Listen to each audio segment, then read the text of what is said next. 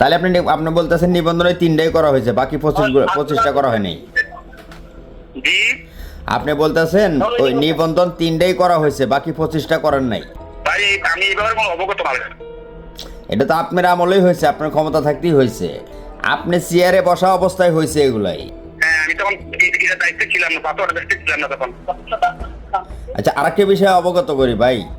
এখন যে বর্তমানে আপনি চেয়ারম্যান হিসেবে আছেন, হ্যাঁ, বা আগের যে চেয়ারম্যান ছিল ওনার তো হয়েছিল আপনার ওই যে বসার জন্য অনুমতি আসছে বা দরখাস্ত আসছে, তো উনি বসতে পারতেছেন না ভাই, কেন? আমি বলতে আপনি তো আগে মেম্বার ছিলেন না ইউনিয়নের?